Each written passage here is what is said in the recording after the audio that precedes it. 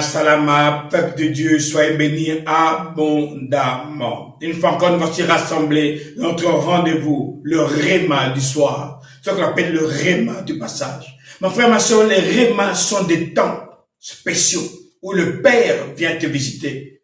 La différence entre le Réma et le Logos, c'est une vie lecture, comme chaque jour, métro, boulot, dodo. Mais le Réma, c'est une parole vie. Chaque jour est un nouveau jour. Mon frère, ma soeur, il faut savoir qu'à chaque fois que tu traverses un nouveau jour, le jour dans lequel tu traverses n'a jamais existé. Beaucoup de gens croient que quand ils se réveillent le matin, quand ils commencent à passer à un autre moment, eh bien, à ce moment-là, eh bien, ça sera comme hier, mon frère, ma soeur.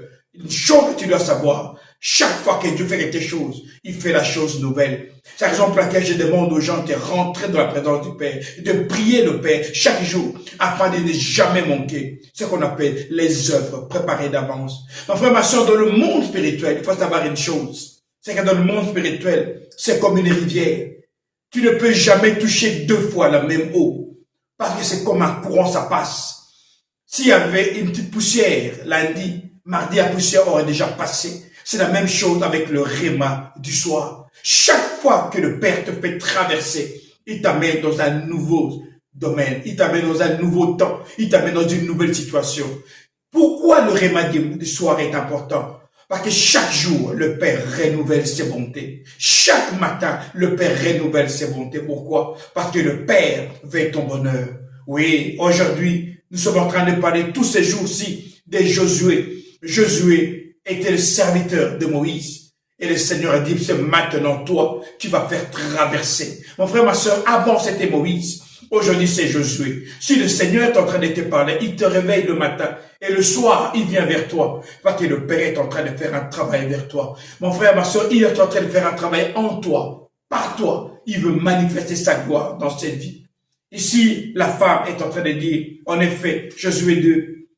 Verset 10, en effet, nous avons appris ceci, le Seigneur a séché la mer des roseaux devant vous, quand vous êtes sortis d'Égypte. Ensuite, vous avez tué Sion et Og, les deux rois amorites qui vivent et à l'est de Jourdain, et vous avez détruit tous ceux qui possèdent.